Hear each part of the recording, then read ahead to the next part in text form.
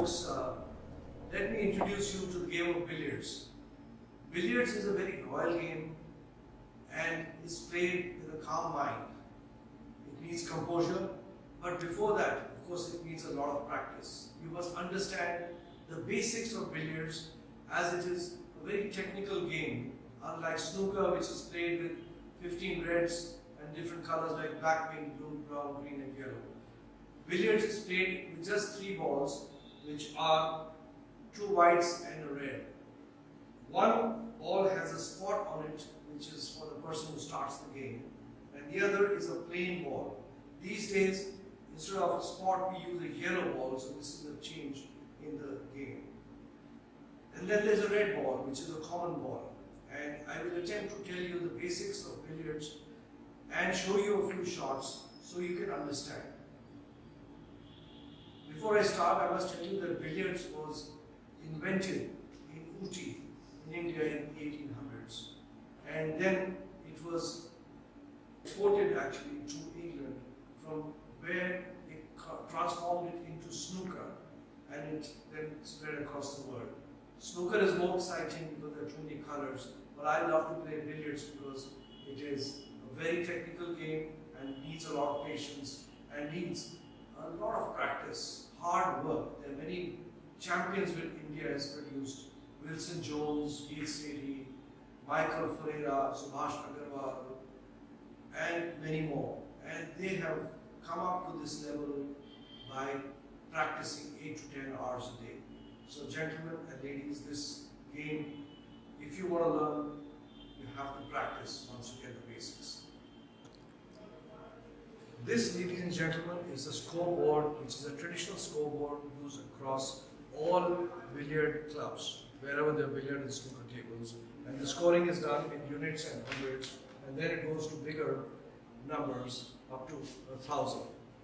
Of course, that is the level that the international players play, and they score up to maybe 1,000 points in about 20 minutes, or half an hour, or 1 hour. We at the amateur level attempt to play a game of 100 points, and whoever reaches 100 points first is the winner. And if you notice, these special specs that I'm wearing are almost square lenses, because it has to be, the rim has to be above the eye level. If I'm going to wear normal specs, the rim will come here, and I will not be able to see when I'm bending, which you will see when I start showing the game. Now let's move towards the table, and I'll tell you a little about the table. Now, ladies and gentlemen, let's have a look at the billiard table. The billiard table is approximately 12 feet by 6 feet, length of 12 feet, width of 6 feet, a height of about 3.5 or 3.6, 3 feet 6 inches. The table is rectangular. As you can see, it has 6 pockets. There are 2 in the middle and 2 on the sides of each side. So there are 6 pockets. The table has legs below this. There are 8 legs under this table. And there is, below this cloth, as you can see, there are slates which are about 2.5 feet to 3 feet wide, running across the length of the table. These slates are put together. They are about 2 inches thick. And then you have these cushions. So you bounce the ball, it bounces off the cushion. It is supposed to bounce off the cushion. This cloth is called the base cloth. It is generally English. You get this from UK, and it's expensive. And this is how the table is put together. We will attempt to now see the basic shots which make up the billiard game. Like I said, it requires a lot of patience, a lot of practice. And initially, you must practice the basic shots which I'm going to show. Because if you think you're going to just jump to bigger shots, you cannot. You've got to know the basics. You've got to understand how the basic shots are played. This is the cue with which you play. It's not a stick, it's called a cue. It's usually about 5 foot and about 1 inch in length. And this weight is about 18 ounces. So it should be, the cue length and the weight can vary by 1 inch or half an inch or 2 ounces, but it should be as per your height and your own body weight. So an expert can tell you what size and the weight of the cue that you must use while playing. This cue is made of excellent quality wood and it has a leather tip at the top. At the top, as you can see, there is a leather tip. This leather tip is the one which makes the purchase on the ball, because if you don't put chalk on it, there's a chalk which is always used in billiards and you always rub it like this. Every shot, every second shot you got to rub it, because if you do not rub this, this leather will slip and it will tear the cloth, and once the cloth is torn, it's gone. Even a small inch of tear will spoil it. So we have been taught from the beginning that you cannot play without the chalk, and if you tear, then it's gone. So now let's move on to the table. Little more details which I want to tell you about the scoring and the way the pattern of the markings on the table are, which we will see now.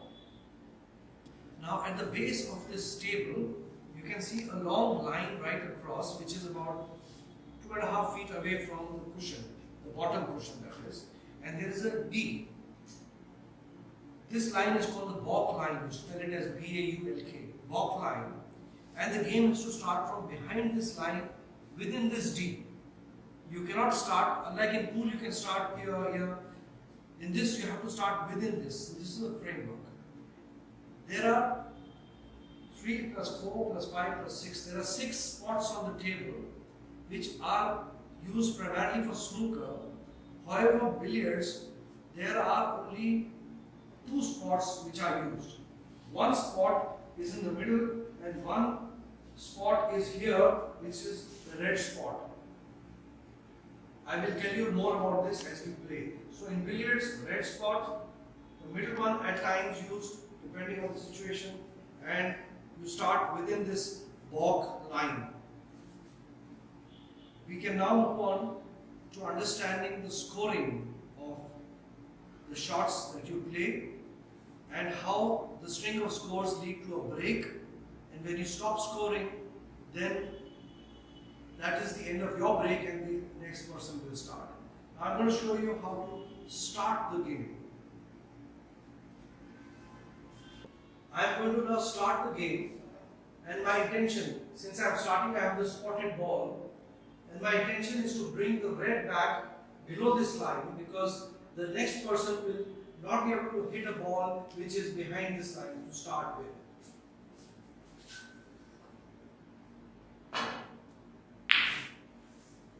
Now I have brought the ball inside, okay, and the next person has to, assuming I am the other player, I have to start scoring shots. Now I have the only white ball on the top of the table which I can use. So my attempt will be to play a shot. Now comes the next player who has to play with this ball, because that is my ball on the side. And I am going to try and play a shot.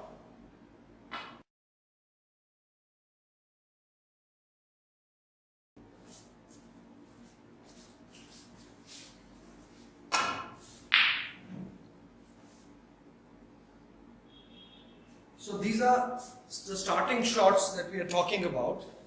Now I am going to show you a close-up of how these shots are played, and then we will move on further.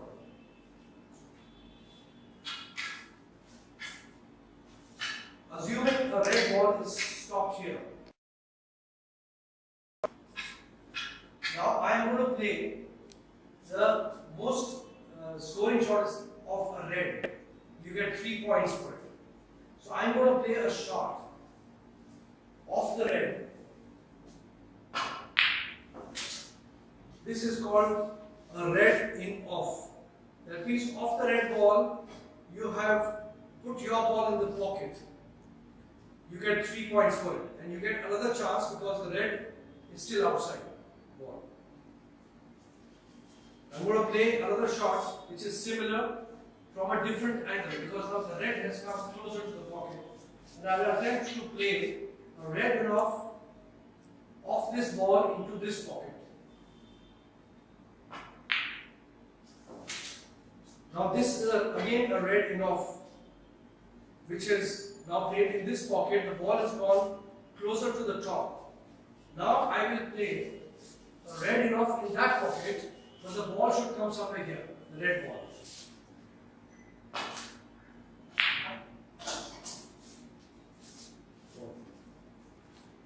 Now this is one shot called the in off.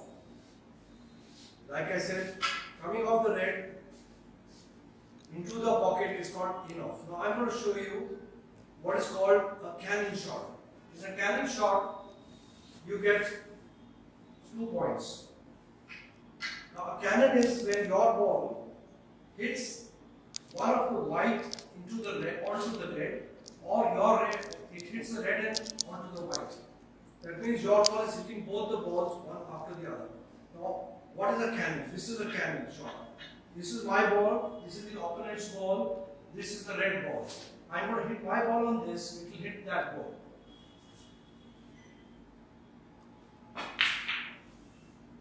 This is a cannon shot. I have hit the cannon, now I've got a position where I'm going to play another in off here. And this is 3 points. There is another shot called the red pot. This is the red pot. The red is into the pocket, which means it is 3 points. After the red goes into the pocket, it goes back onto the red spot which I told about. Now my white is here. The red has gone back. What choice do I have? I have a choice of playing a red in off in the top pocket. So I'm going to play a red in off in the top pocket. I played a red in off in the top pocket. Now the ball has come in the middle. But I can see my opponent's white is stuck with the cushion there at one side. So I can play a red in off here. Or I can play a cannon of the red onto the white, which means that white will move into a better position, hopefully. Let's try this. So this is a cannon which I have played. I have played a cannon. The white has moved up in a better position. The red has come closer. The red has come closer to the white. Now I can play a cannon. Now this is a cannon again. Now I played a cannon like this. Like this. This is a cannon again.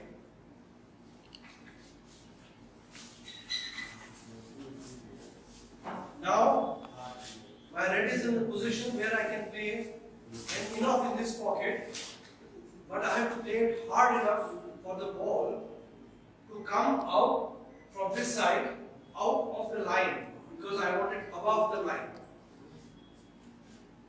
I played it a bit slow, but still the ball is outside the line. I can still play. Now I am going to try and attempt a cannon off the white, which is next to the cushion.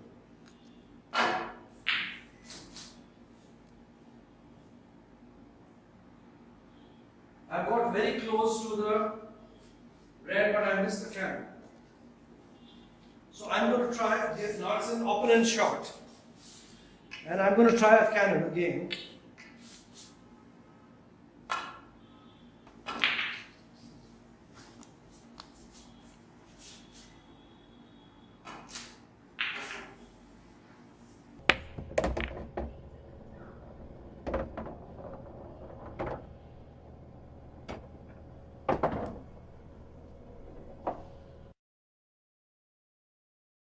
Now this ball is small, but you can play on shots from the left of the ball, from the right of the ball, from the top of the ball, or from the bottom of the ball. And accordingly the ball will react. Now let me show you what this means. I'm going to play on the top of the ball, and this white ball will follow the red ball to quite some distance. As you can see, the white ball has also gone forward. Now I'm going to show you a shot in which the white ball will stop. The white ball will not move forward. As you can see, the white ball stopped there. So because I hit in the middle, now I'm going to hit in the bottom and I will attempt to bring the ball back. It's called the reverse pull, which requires a good amount of dexterity. Now you see the ball has come back. This means I have pulled it back to bring it back towards the cushion.